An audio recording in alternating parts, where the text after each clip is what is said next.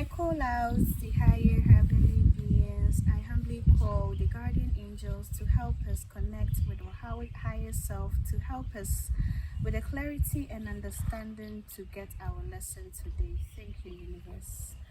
Hello, wonderful people, lovely angels. Welcome back to my video. Today I have a very special guest here with me. It is going to be his first time on this channel, and we are going to be having him more often for him to pour his knowledge and wisdom onto us. Before we go ahead, my name hasn't changed. I am still Frida, and our discussion is about when we dream, where do we go? When we fall asleep, where do we go? And when we die, where do we go? Without much ado, let me introduce you to, I call him the soul traveler. He's my teacher, he's my everything. He's very special to me. No need to go into the details, but welcome to the channel, Papa. Thank you for having me. Welcome. Happy Father's Day to you also. Thank you. And happy Father's Day to all the fathers watching us. Yes, right. Yes. So today, I hope everything is well with Very you. well. Thank Very you well. for coming. Thank You you. for making time for me. Today we are discussing about death. When we fall asleep, where do we go? When we dream, where do we go? When we die, where do we go? I know you are a spiritualist. You are more into the spiritual aspect of it, but I want you to come from the religious aspects, from the traditional aspects, cultural, and then bring it down to your point of view, what you think from the spiritual point as well. So please, I will give you the chance to. Okay. Once again, thank you for having me. Welcome. When we talk about sleep state, dream state, when you dream, what happens to you? When you die, what happens to you? Let me start from the dream state. Simply put, many people have their own understanding of what happens to you when you dream. They have their own beliefs of what happens, what it means to dream. Most importantly, where I would take it from as a spiritualist and as a teacher is what actually happens from the perspective of soul, because we are the soul. Right. Now, let me give you an example. When you take a sheet of paper, just a sheet of paper, right, and you fold that sheet of paper 8 billion times. 8 billion times. Is it possible? I'm using the number 8 billion because I'm trying to speak about the human society. So let's take it, the human population to be 8 billion people on the planet at this time. Now, if you take the entire human race as one sheet of paper, right, and you fold it 8 billion times, what you get is a human being, a single human being, 1 out of 8 billion. Are you following me? Of course. That is 1 out of 8 billion.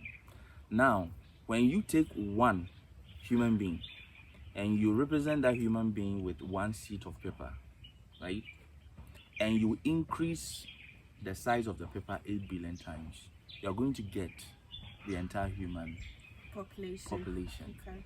What I mean by this is that there's a very specific spiritual truth here, which is truth for all races, all cultures. Okay, that when you take 8 billion people, the entire human race, we have a unified mind, one mind that encompasses all of us.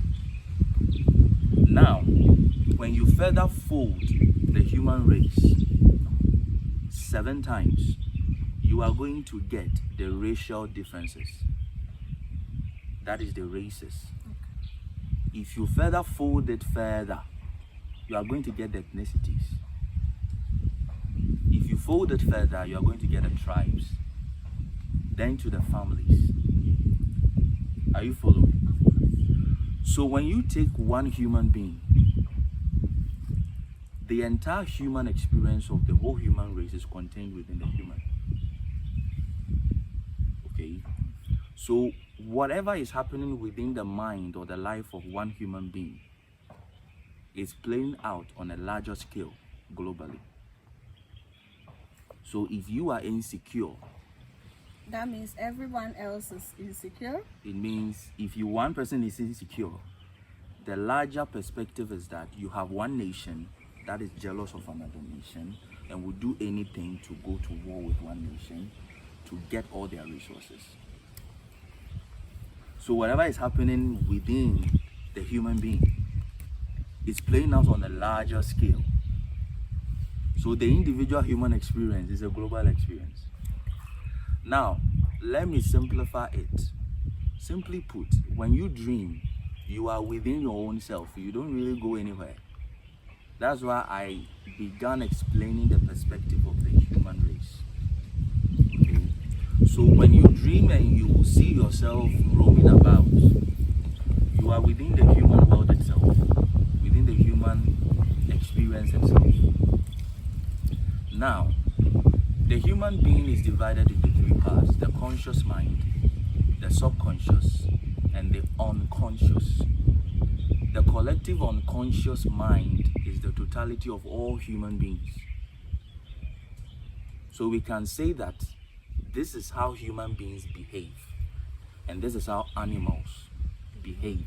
So we have certain character traits of all humans, regardless of race.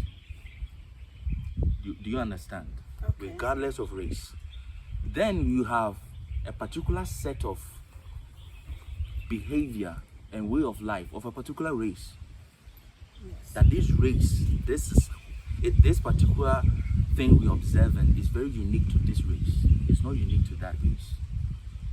Then you can come to the ethnicity. Do you understand? So you come down up onto the individual, the subconscious mind. Okay, I just want to make sure that we don't waste a lot of time. The subconscious mind is what is happening within your family, your bloodline. Okay. That is your subconscious mind. Your conscious mind is the individual. You as a person.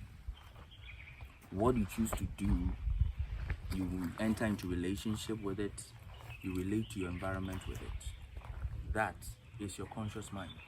And then the subconscious mind is your family, your tribe. Now the unconscious is what makes you human.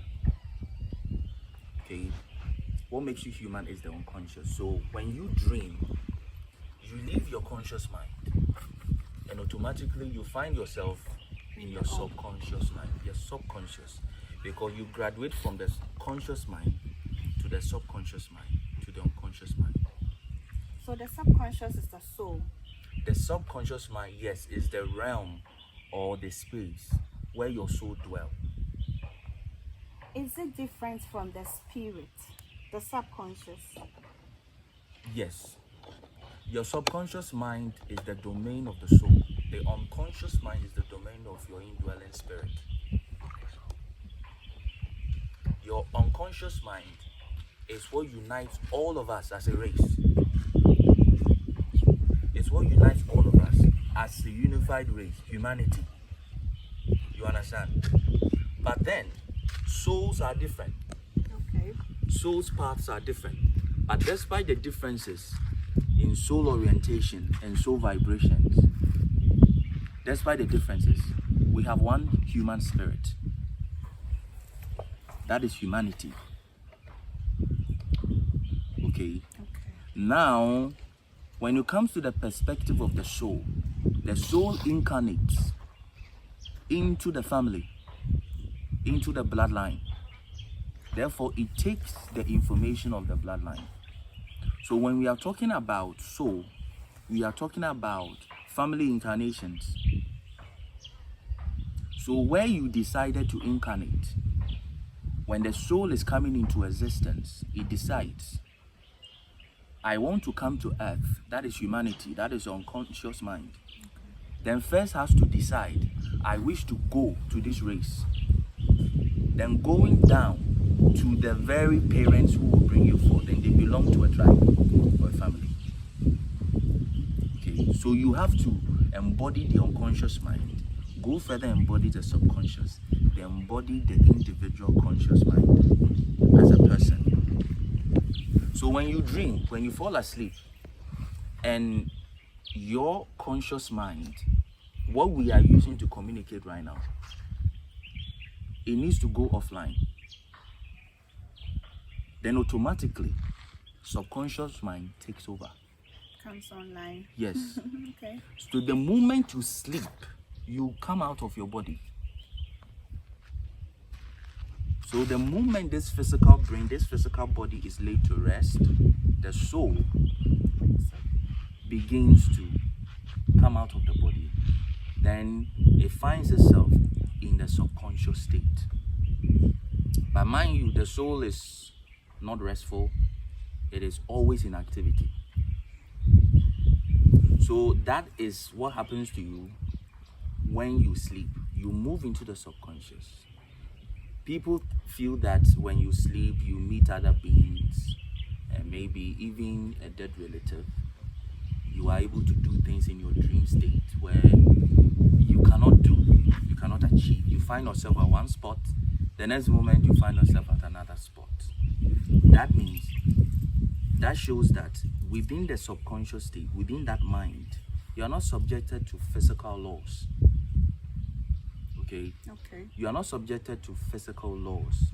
Right now that your conscious mind has taken over, is dominant right now, you are bound by physical laws. Okay.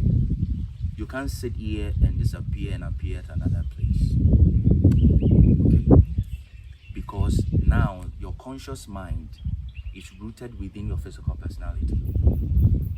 Now when your physical personality takes a rest, then that limitation has been put to rest.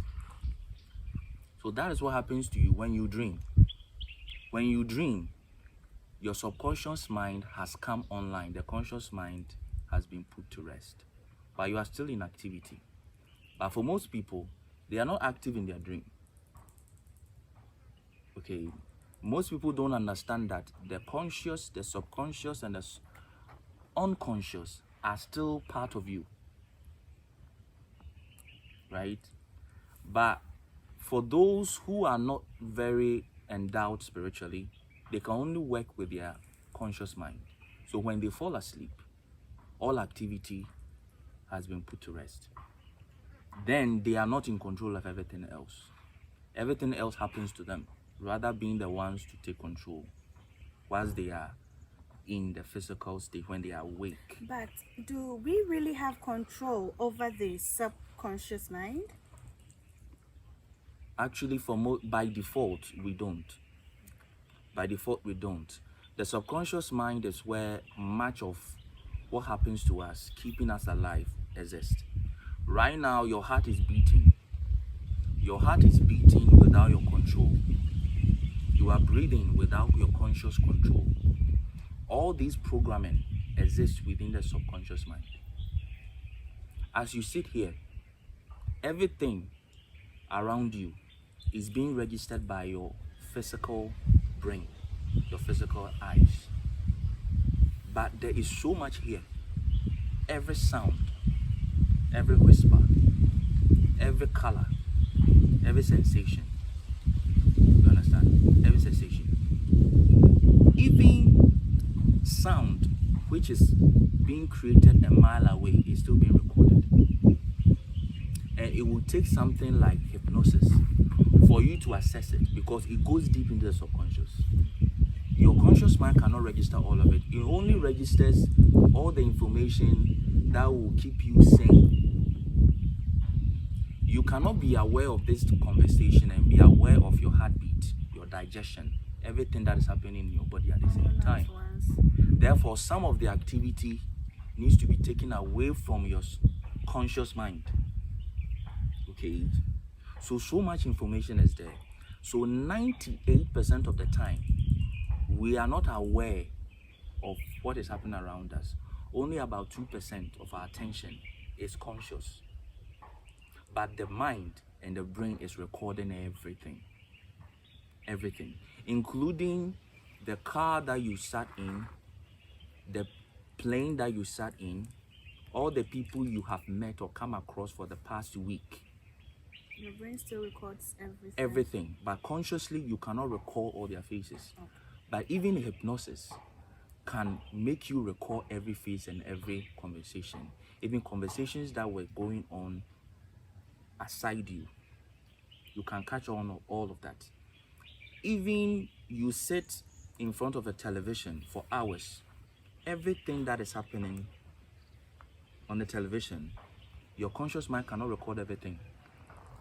But even through hypnosis, we can take out every last detail. That's because it's all in the subconscious. So much of what is happening around us is in the subconscious mind. So if human beings can be active in the other minds other than the conscious mind, then they will be very aware of a lot of things that are happening. Most of the things that are happening in our lives, we are not aware of it. If you are not aware of it, if it is negative, you can't deal with it. You cannot deal with it unless you pay attention. Okay, so the problem is lack of attention now. So that is what happens when you move out of your body in a dream state. You are in information, so much is around you, but because you are not active, most people are not even aware they are dreaming unless they come out of the dream. Do you understand this? Of course. And it is because of programming. So It is that is because of how we programming. have been programmed since Birth. The culture programs us that way. Family programs us that way. Religion programs us that way. We are even told that dreams are not real. Nightmares are not real. And everything that is happening within the subconscious mind is not real. Only that which you can see, touch, and taste. Because of that, so much goes on beneath our faces we don't see. Now, when it comes to death, that is almost the same as sleep. The difference is that with sleep, you can return back to the body. I had a question coming up. If death was the same as sleeping, so It's almost the same. The difference is that with death, the mechanism that brings you back to the body doesn't work anymore. You can't return to the body. Okay? It means that you are permanently stuck in the subconscious.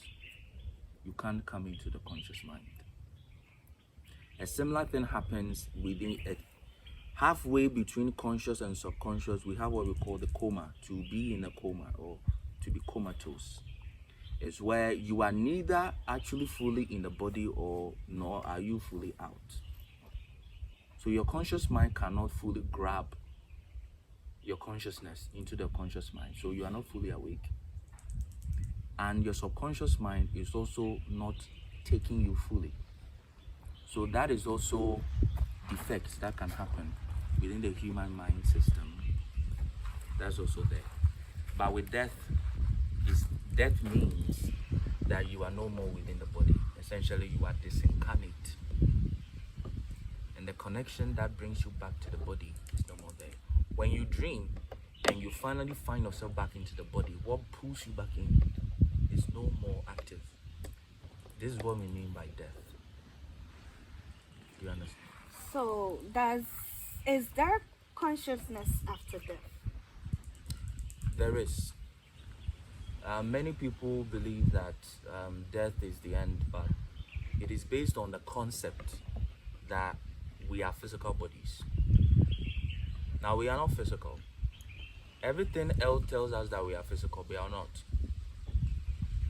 You are given birth, you are given a physical name. Being raised, you are shown your parents, physical people, and everything else. When as a baby,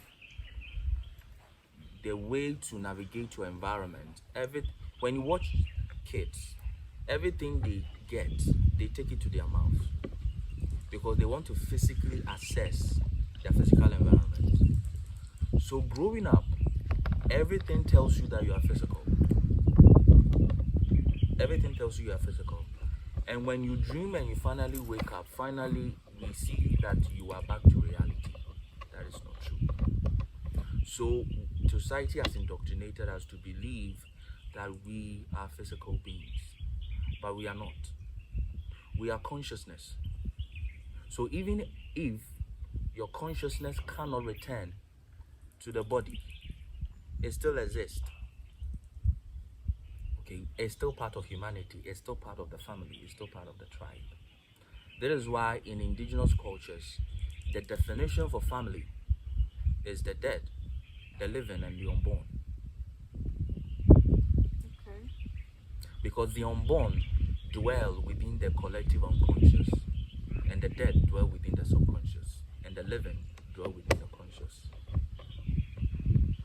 And that is also the true definition of humanity. So when someone passes on, it simply means that a person is disincarnate, has shed the physical body, but the consciousness still exists. So yes, there's consciousness after death. Sir, please, how does the human soul journey after death? Okay, this is very tricky here, because before I can answer that question correctly, there are other things that needs to be addressed. Time will not allow us, because we have so much interference with culture and religion. Religion teaches us that this and this and this happens to you when you die. You go to heaven. This is the transition that you go through. Our culture too tells us something different.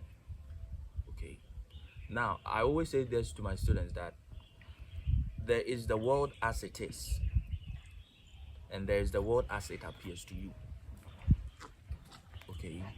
So the two different perspectives is happening at the same time within you. The world as it appears to you within your belief system, and the world as it is. You understand? Now you can wear a green lens and stare at the sun and believe that the sun is green, but the sun is not green. So the lens can be defined as your religion, can be defined as your culture. You understand? Now, learning to appreciate what the sun looks like without the lens and looking at the sun through the lens, both perspectives will help you get a better understanding of life. Okay. So what happens to you when you die? Now, you are disincarnate. You've left, you've shed your physical body. Okay. Now, it is important to understand this. Most people believe that when you die, the soul moves on to, religion believes you move on to a paradise state awaiting judgment. Traditionally, indigenous cultures believe that you move to the land of the ancestors. Now, the confusion here is, what is a soul and what is a ghost? These are two different things. Okay? The soul is the pure consciousness without identity. Okay? Beyond space and time. It is the one thing that keeps you alive, is the powerhouse. It is eternal because it's pure energy. Can I say the soul is the God in you? Yes, the soul is the God force within you. It's your divinity. The source energy. But then the ghost, on the other hand, is something else.